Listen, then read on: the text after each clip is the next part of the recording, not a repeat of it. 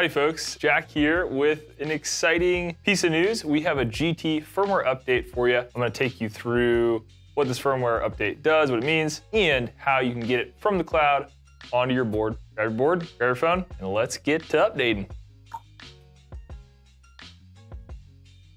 So if you're not familiar with Onewheel, one of the coolest things is that everything about how your board rides and performs is actually controlled through firmware. This is the first firmware update that we're doing for GT. There will be more in the future. That's why the future is rad. So in this firmware update, there's a number of general and performance improvements across really every digital shaping setting. We listened to some of the feedback that early GT riders had and actually brought out some of the most talented riders in the world, teamed up with our firmware wizards, and really focused on high-speed pushback performance, off-road riding performance, and general riding experience throughout all digital shaping settings. We also know that a small number of Onewheel GT owners have reported footpad disengagement issues. This firmware update has a number of measures that are designed to remedy that.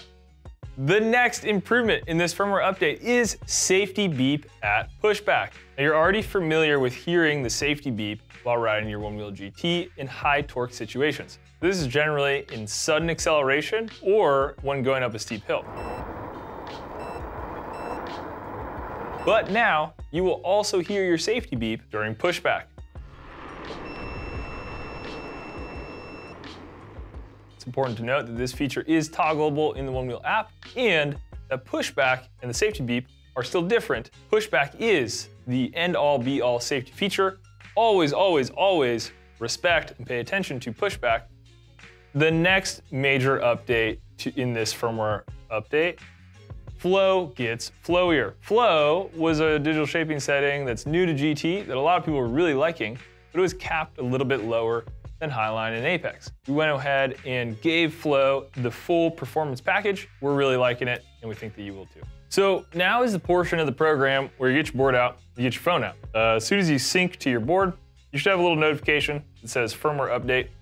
You can choose to update now or update later. A really important distinction here is that if your board is less than 50% charged, you need to plug it in.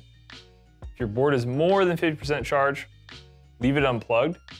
You don't actually want your board to become fully charged and eventually it'll turn itself off during that update. The app will guide you through this as well. And then finally, it's really easy. All you gotta do is press update, leave your phone next to your board. It'll take about 5 minutes. Do not take your phone with you to the bathroom.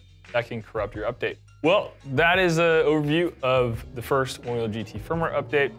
It's a big one, pretty exciting stuff. Get to updating and have a lot of fun out there. All right, see ya.